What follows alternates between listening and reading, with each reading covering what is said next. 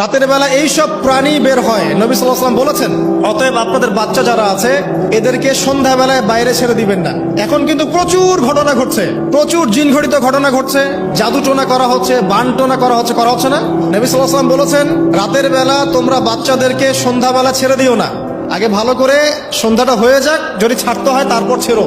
তারপর রাতের রাত যখন গভীর হবে তখন তোমরা এলোপাথালি ঘোরাফেরা করো না, রাস্তাঘাটে বনে জঙ্গলে ঘোরাফেরা করো না, কারণ এই সময় এমন কিছু মাখলুককে আল্লাহ পাক ছেড়ে দেন যাদেরকে তোমরা দেখো না। এখন সায়েন্সের যুগ তো, মানুষ মনে করে এগুলোর কোনো ভিত্তি নাই মনে হয়। কোরআন বলছে জাদু সত্য, কোরআন বলছে জাদু সত্য। কোন সূরা? সূরা বাকারা আয়াত নাম্বার 101, 102 পড়ে দেখেন, ওয়াত্তাবিউ মা তাতলু শায়াতিন আলা মুলকি সুলাইমান। এই আয়াতটা পড়েন, বিশাল একটা আয়াত আছে। ওয়া মা কাফারা সুলাইমান ওয়ালাকিন্না শায়াতিন কাফারু ইউআল্লিমুনা আন-নাস সিহর। এই সিহর দিয়ে কি হতো? মা ইউফাররিকুনা বিহি বাইনাল মারই ওয়া যাওজি। সুলাইমান আলাইহিস সালামের সময় এই জাদুবিদ্যার প্রচলন ছড়িয়ে পড়ে।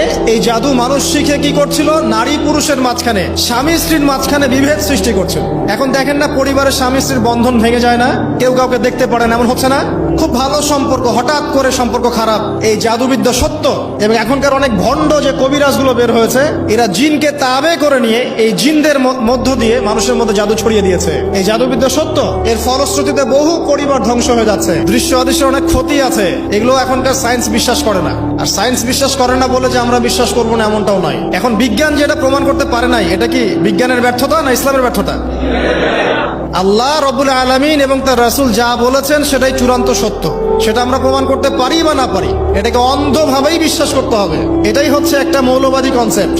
আর এভাবে ইসলামের মৌলিক বিষয়গুলোকে না মানলে কেউ মুসলিমই হবে না। কথা কি বুঝতে পারছেন?